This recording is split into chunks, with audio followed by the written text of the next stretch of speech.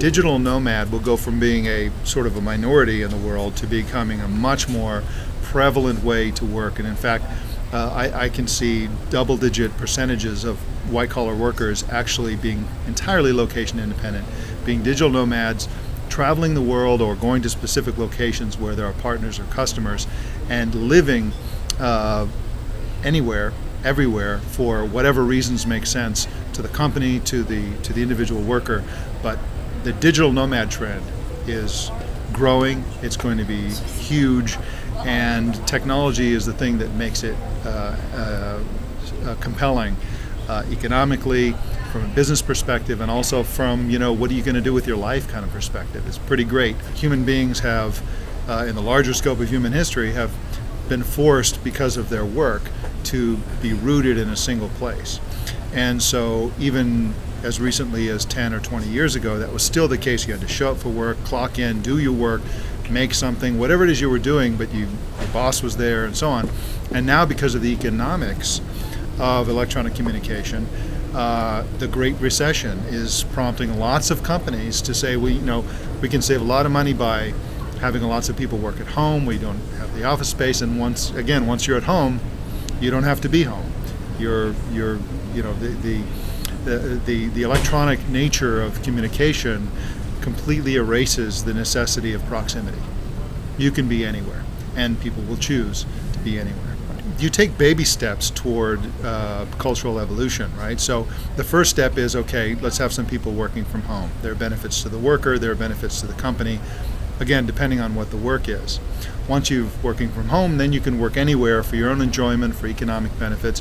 But then you start realizing, wait, we can get closer to our customers. It's a globalized economy. We have partners, we have customers all over the world. Let's go to them, live on a project basis near those people. Trade events, special projects. Sometimes there are 2-year projects. It doesn't matter, but you can move there and take your whole family with you, and you can interact as if you're in the home office. It's really the best of both worlds. You get the communication benefits of traveling somewhere else, but you also get the benefits of being in the home office, because ultimately you're communicating in similar ways. I mean, how many of us work in offices, and most of our communication with people down the hall is with email, phone. People already gravitate to electronic forms of communication, even when proximity is something that's available to them. Some of the technologies that are going to enable this transformation have been with us for quite a while. It includes video conferencing, email, all those kinds of things.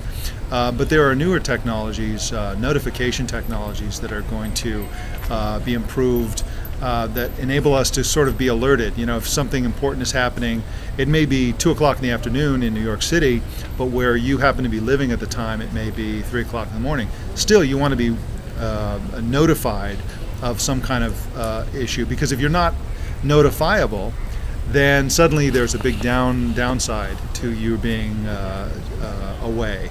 And so, I think there are going to be lots of collaborative tools online that enable you to brainstorm and do some of the things you'd normally do in a physical meeting room, and those will become much more sophisticated. A lot of times you can tell what is going to be available to lots of people by seeing what's currently available to a few people who have deep pockets now, because technology tends to get cheaper. So one of those things is the giant video conferencing screen, where half the meeting room is in Zurich and the other half of the meeting room is in San Jose, and it looks like one giant table and everybody's sitting around, everybody's having a big meeting, and it just so happens that they're connected to this giant video screen. Well, you got to have a lot of money to do that now.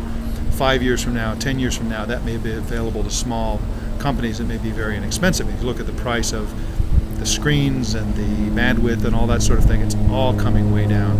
And so that may become a commonplace feature. Big 41-inch, 51-inch screens that you use for dedicated video conferencing, and those may be live constantly. I mean, it may be open and live as if you're right there in the office.